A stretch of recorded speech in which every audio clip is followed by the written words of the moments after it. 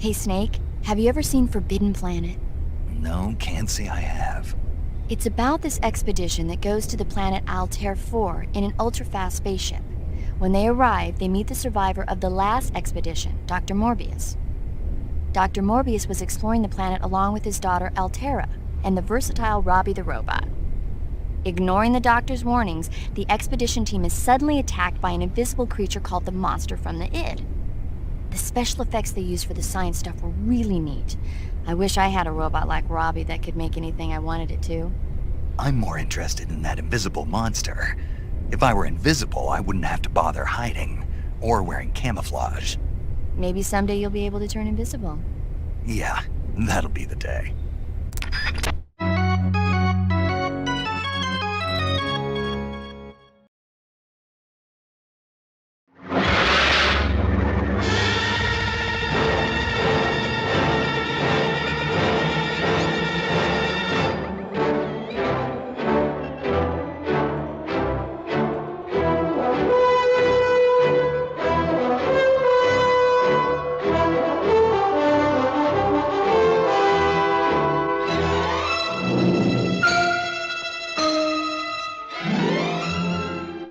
So, what does Paramedic have in store for us today? Forbidden Planet. Ah, right. Have you seen this film before? No, I'm not even really sure I know what it is. It might be about one, with a robot from The Simpsons that goes, danger, danger. Yeah. When I first heard the title, it reminded me of that PS3 game that came out. I think it's called Lost Planet. It was like a third-person sort of shooter. It was really popular for whatever reason, but I never really got into it. Was there a second one set on a snow planet? I think they were both on snow planets. Oh. The first one definitely was. Anyway, that's all I can think of. So I don't know if it's gonna... I don't know, because whenever I think Forbidden Planet, is it outside of our solar system? Or is it within our solar system where we just never dared to venture? Like, Venus is pretty... apparently it's quite the same as Earth, but it's just riddled with storms and it's just uninhabitable. I thought it had poisonous gases, storms, and it was too hot because it was too close to the sun. So... Yeah, but the shape of it is like apparently the same as Earth. Oh, right, gotcha. So in terms of like gravity, it probably gravity 1 or a close enough approximation. Anyway, so could be Venus.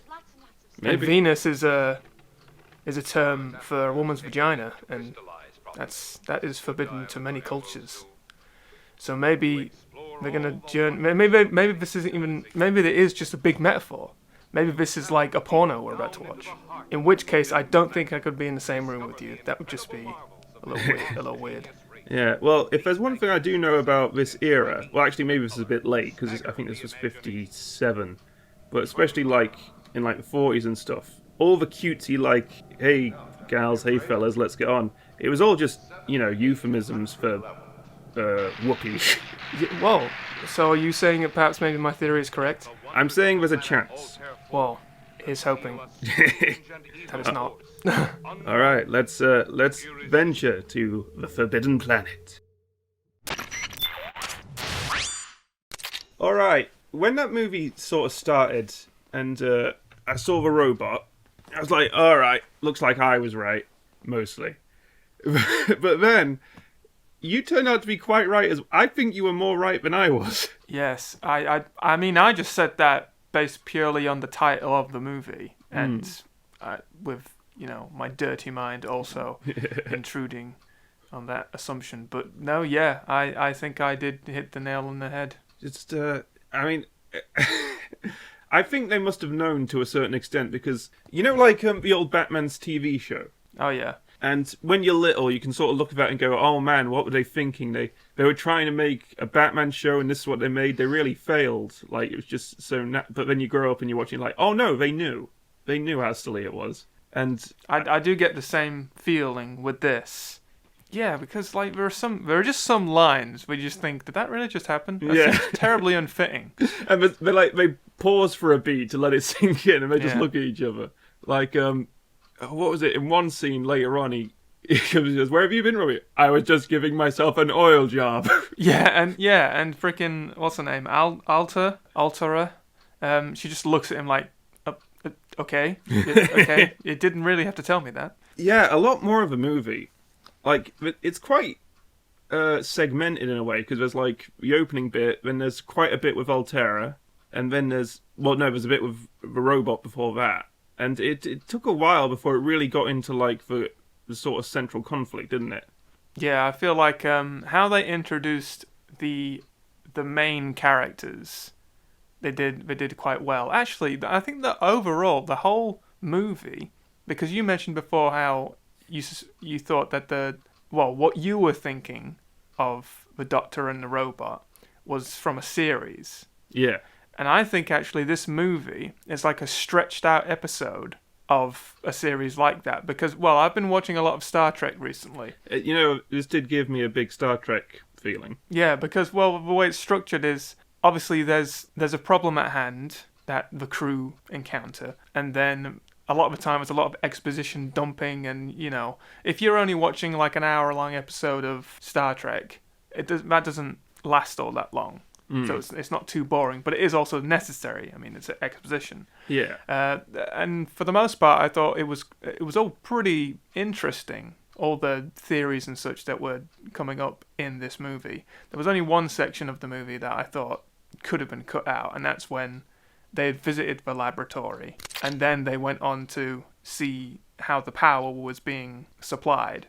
I thought that whole segment was like really drawn out and kind of, visually it was impressive, especially for the time. Yeah, I think it just sort of in terms of showing like how vast the structures were. Like you had that shot from above with the walkway, and you could see like the caverns going all the way down. It's just this big, massive behemoth of a structure. Yeah, I thought that sort of added to it in a way, because it just shows the breadth of all that's going into this. It sort of reminded me of, there's this game called I Have No Mouth But I Need to Scream. I've heard of it. It's based on a book, I think. And one of the visuals in it is, because the whole world has been covered by this AI. Yeah. And he's like destroyed all the, well, I say he, it's voiced by a guy. He's destroyed all of the human race. And you get to see like the inner, between each segment of the game, because you play like a segment with a different character each like chapter. You get it cuts to like what is a representation of what he looks like, and it's just like this hallway. It looks pretty much just like what we saw in this movie. Yeah, just like electricity pulsing through.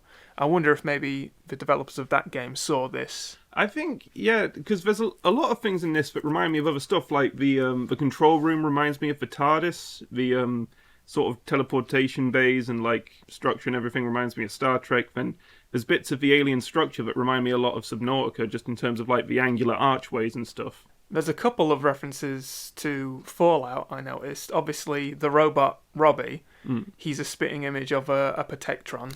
Yeah. That's in Fallout. Actually, what I found quite humorous is that halfway through the film, because we learned that if you put something in him, he can copy it. Yeah. Which I was thinking, what if you put a dick in there?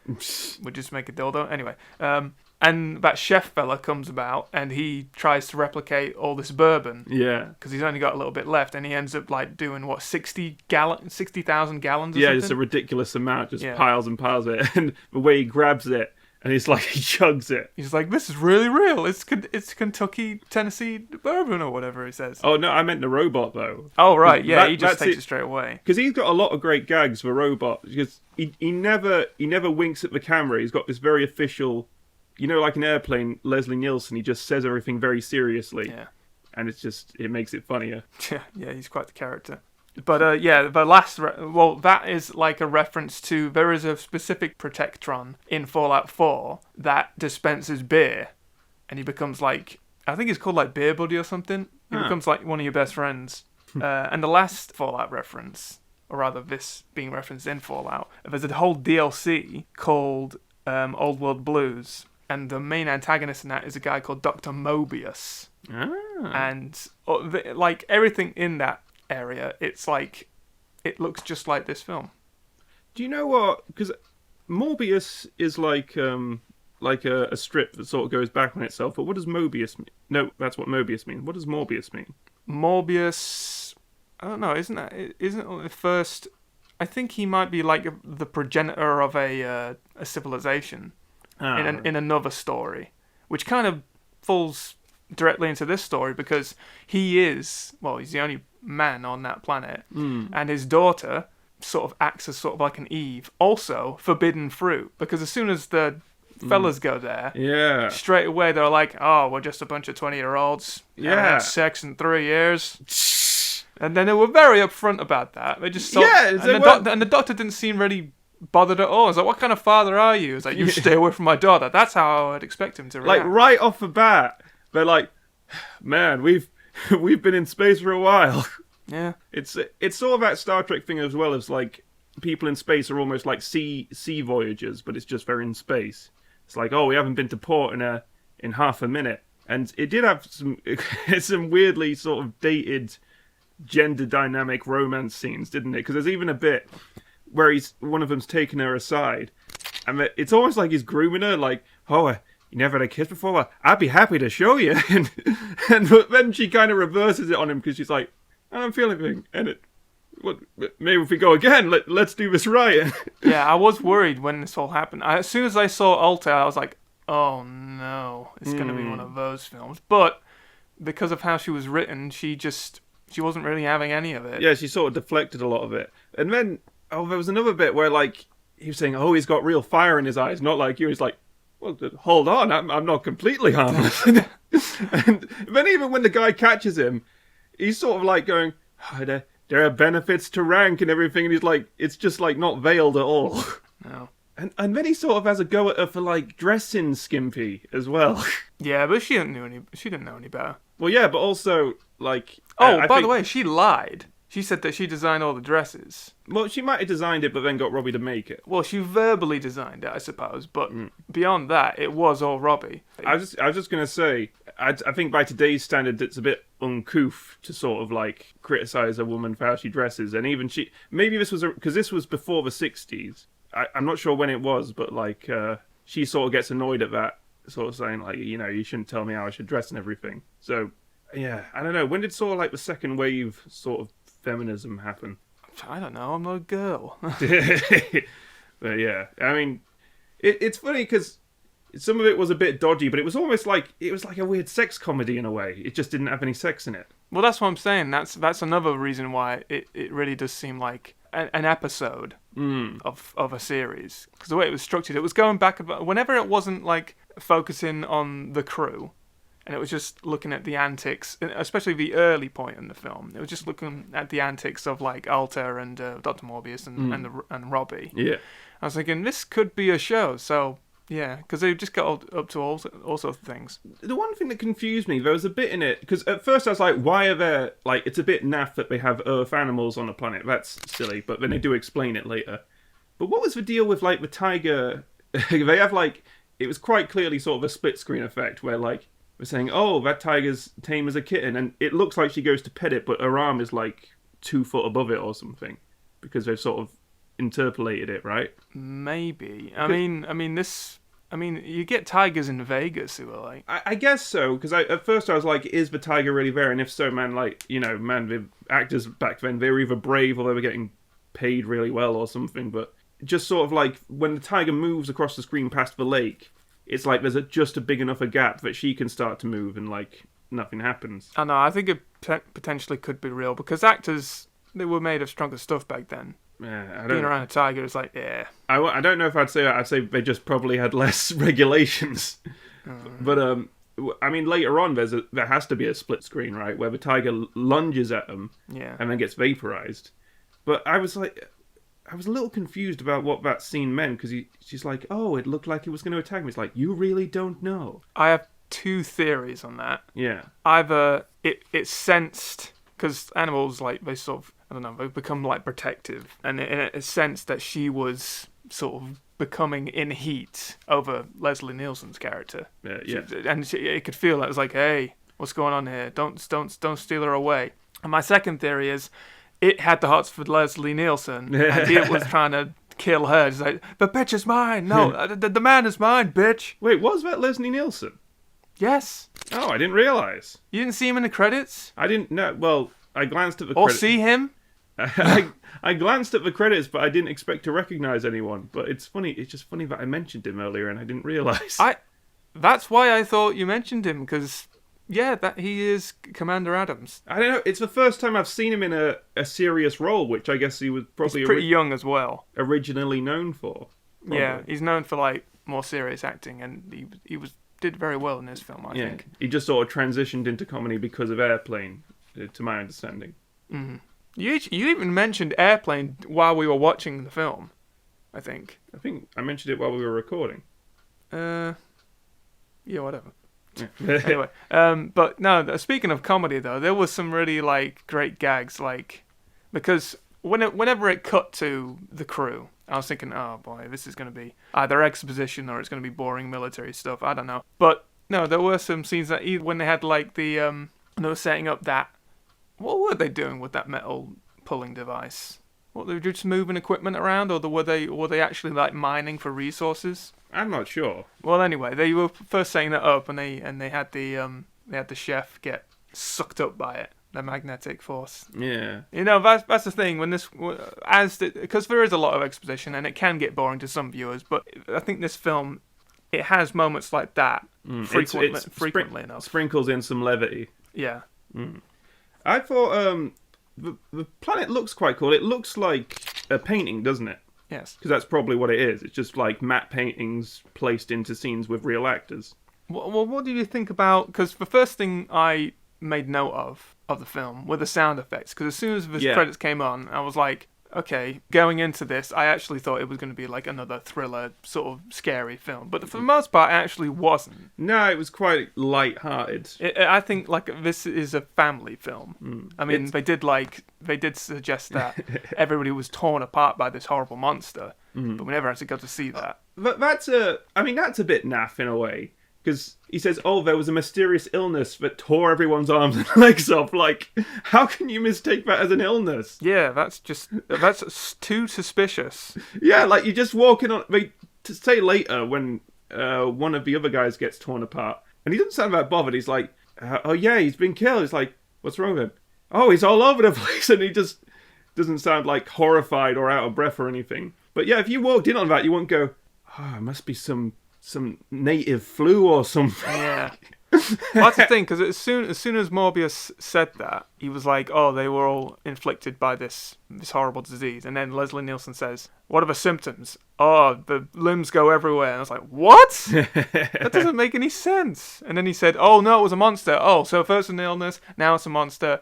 What you talking about, Morbius?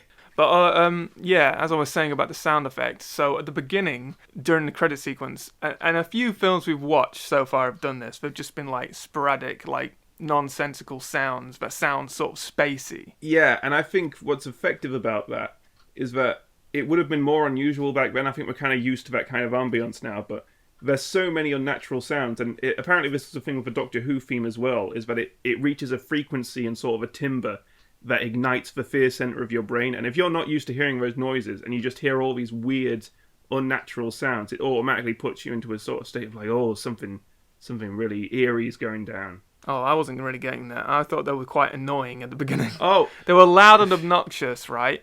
But one occasion where that did seem appropriate is at the very end.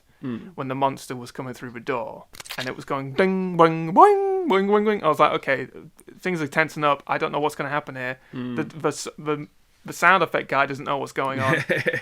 But that was a cool effect as well, wasn't it? Sort of like the red hot metal and the white hot metal, and it was sort of, a bit like Star Wars, I guess. Yeah, actually, when the film started and I saw that gyroscope and it was like a physical, like, rotating sphere gyroscope, I was thinking, oh, cool, I think that's really cool. They could have had like a hologram or something. Well, at the time I was thinking they probably couldn't have a hologram like that, because most space light stuff you see, like, they have like some sort of projection to simulate directions and navigation and whatnot.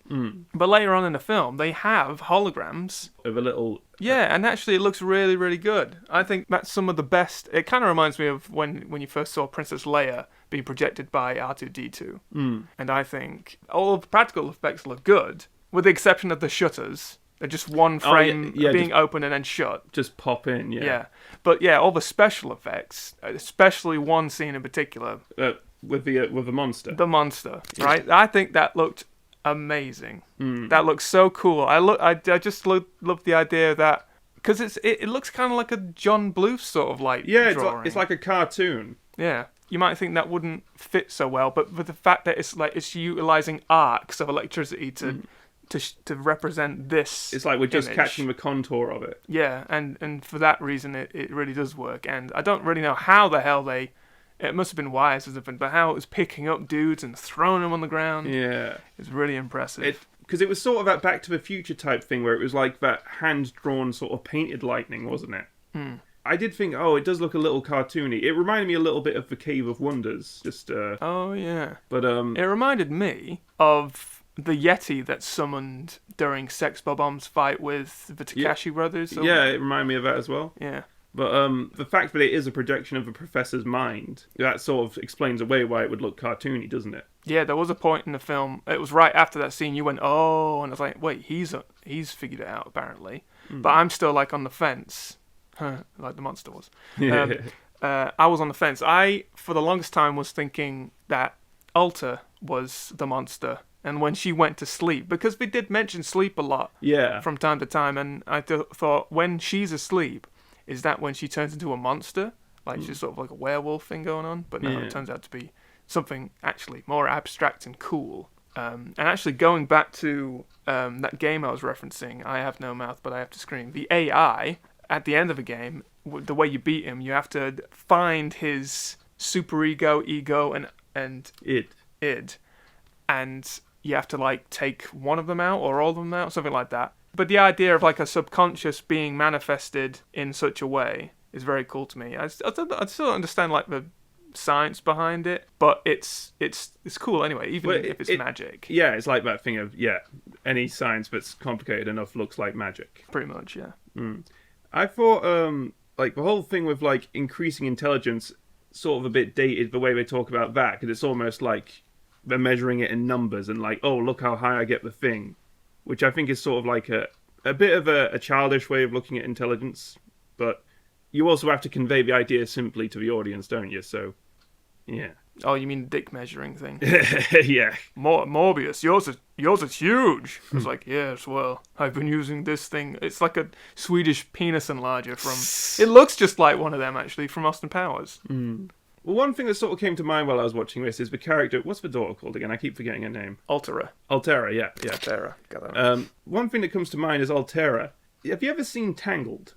Yes. You sort of get this weird thing with, like obviously she's a little naive. Like, there are certain things she doesn't know, but even that's a bit inconsistent, because she's like, she doesn't know what kissing is, but she's also read about, biology, as they keep saying, and everything. But it's like she's basically been homeschooled by her weird dad, right? Yeah. But she's kind of just normal, basically, for the most part, isn't she? She's not that strange. And it's sort of the same thing with, like, Rapunzel in Tangled. Like, even though she's been raised by this creepy sort of wizard witch mother in seclusion with no other people to interact with, they're quite well adjusted, aren't they? Well, yeah, I suppose they've known each other all her life. She hadn't known anyone else, so they kind of have to get on. Well, no, I Is that don't what mean you're like saying? I mean like socially. They don't, like, if you meet. Oh, she's normal, like, just to everyone else. Like, yeah, she's not like a freak. Normally, if people are raised in that environment where they only know one person, they're usually a little different, aren't they?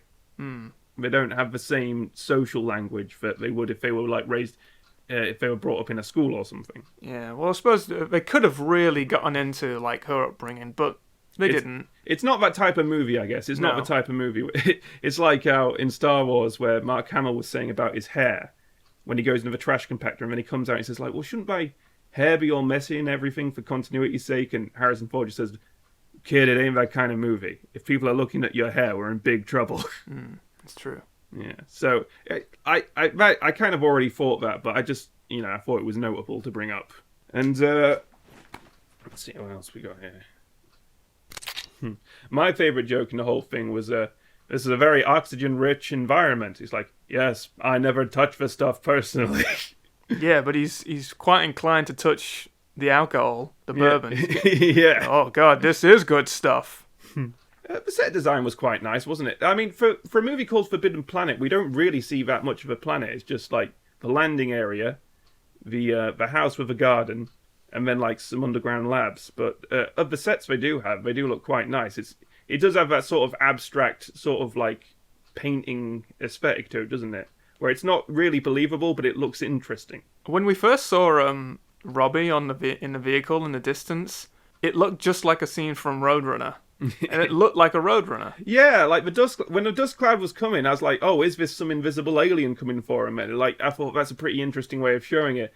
But then it's like, oh no, he's just in a little car. Yeah. And I do like, Robbie's very endearing because he looks naff and he sounds official, but then he keeps saying like really out of pocket stuff. I noticed how you're referring to him, I mean I am too, as a guy, but there was a scene where they were deliberating whether or not if he's fuckable. Yeah. I think is what they're thinking. Because he says, are you male or female? The question to me is meaningless. Now get in. And he says, will you get in? And I was like, jeez. Yeah. And then we even look at each other for a second like, is he propositioning us? Yeah. That scene was deleted though. Yeah. We should put that scene back in and remove the scene where they're talking too much. Yeah, I sort of suspected. I mean, you know, something funny is going on with the with Morbius. Morbius, yeah. You know, something funny is going on with Morbius because, firstly, he looks like an evil scientist. It's like Doctor Strange. Yeah, he does, doesn't he? He even comes in later with those big sleeves, and then he looks like a mad sorcerer, doesn't he? But yeah, because there's just too many contradictions in the stuff he says. I'm surprised the whole limbs flying off thing didn't raise more of an eyebrow. But then he's like, yeah, he's sort of talking about safety and it's sort of inconsistent, and then he doesn't even mention his daughter, so you know something shady's going on with him. But yeah, then at the end he just sort of... I thought at the end there's a big self-destruct button in the planet, which is very, very sort of 60s, isn't it? It's very Metal Gear. No, it's very Resident Evil, actually. Yeah, it's very everything. Oh, did you hear Krauser? It's very everything. Did you hear Krauser died? Oh yeah, Jim Ward. Yeah. He was Grannin, he was Doctor. Yes. Yeah, man. I didn't even know he was sick, and I didn't know he voiced so many people I liked. It's pretty epic. Shame. What else we got here? Yeah, I've just written down here, they're all a bunch of horn dogs. Well, you obviously noted it down as well, but for my note on the oil job scene, I just wrote, oil job? Because I was so taken aback. That's so on the nose. Yeah. But there was a cool scene where like they set up the lasers. I mean, he only uses the laser once to get rid of their blasters, but then that's immediately solved because the daughter just comes and says, "Oh, let him in." But they do set up the laser earlier when a monkey tries to steal some fruit, doesn't it? Oh yeah. Also, I thought that that scene where he chucks that can or whatever in the disintegrator or the trash can, basically. I thought that would come up. Like that might be like Mobius. Oh no, I'm saying it. Morbius's demise, but no, he just. Yeah, you did. Because I was wondering if the bourbon would come back, but that was just sort of like a gag, wasn't it? It wasn't like, oh, but I keep thinking this like, oh, is a monster's weakness going to be bourbon? Yeah. You know what? If they got be. the doctor drunk and cooled down his id a little bit, maybe that would have spiced up his id. I don't know. Yeah, it could go either way with that. It's funny how they say like id kind of fell out of common parlance, but I think nowadays id is quite a common word, isn't it? I mean, not you don't use it every day, but most people know. Maybe because of this film, we use id quite a bit, don't we? Can't say I do. In fact, I was for the longest time I'm still sort of struggling whether or not I want to refer to it as id or ID, because ID is like that's still relevant because when you give someone your ID, you're showing them your true self. Hopefully, if it's not a fake. Yes. I thought the invisible footstep effects were quite good. At first, I was like, why is this the first time we're seeing this? Because there's a bit earlier where like an invisible entity seems to come into the ship and like poke around, and it doesn't leave nearly as much stuff. But then later on, you figure out, oh, it's just all mind projections. But yeah, when sort of like it sinks into the ground and then it's going up the steps and denting the steps, which that reminded me a lot of the steps from the Futurama ship.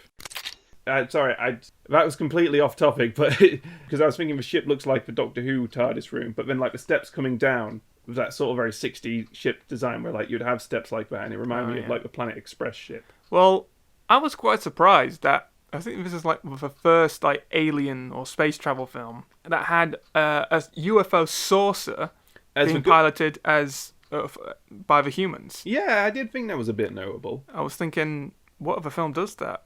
It's always the otherworlders who are driving them, piloting them. I don't know what you would say with a spaceship.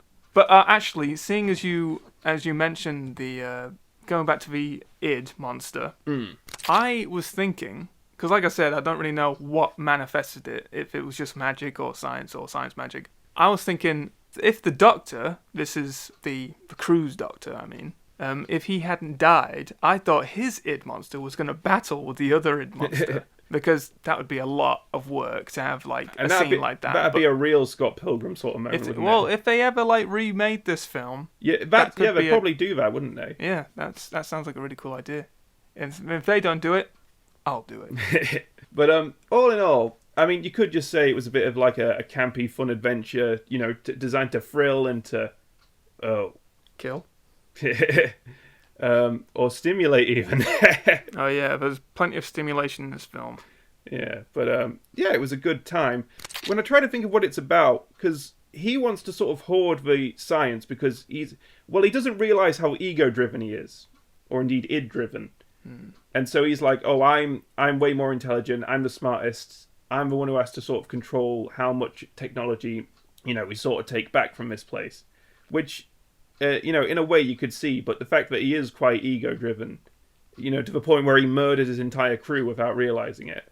I mean, I guess all the others did that as well, so that's maybe not a comment on his personality. It's just this idea that no matter how intelligent you are, we've still got this sort of lizard brain? I don't know, something like that. Reptile brain. Yeah.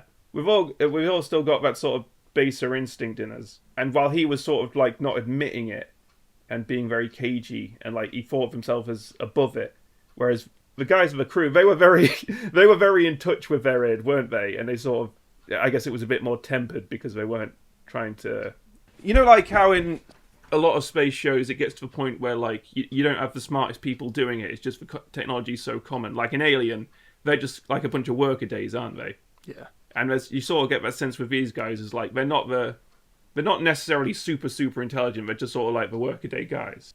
I mean, that happens a lot in these films. It's like the scientists, the really smart people tend to be more evil, and the workaday guys are like the more ethical ones.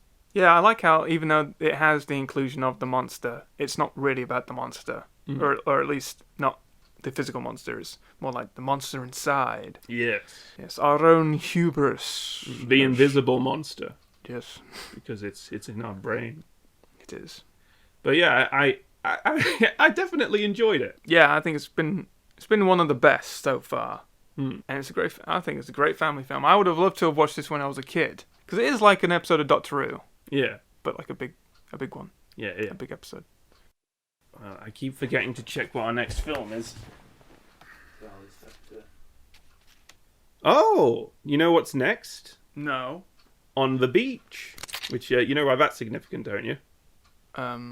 Because Death Stranding 2 is called Death Stranding on the Beach. Oh. Yeah, so this could be... I haven't played the second one yet, because I played the first one, and I did like it, but like I wasn't in a hurry to buy the sequel, just because it's quite pricey. I mean, yeah, you wouldn't pay 60 quid for a film, and it's very cinematic. I think the first one was like nearly 70 quid, and that was before that had been really standardized. Wow. Yeah. Mr. Hideo Kojima. But yeah, I'm not really going to know how it ties into On the Beach, but maybe it'll have something to do with the first game, so that'll be interesting. For you, maybe. Is that the end? I guess so, yeah. Yeah, okay, that's fine. For you, maybe.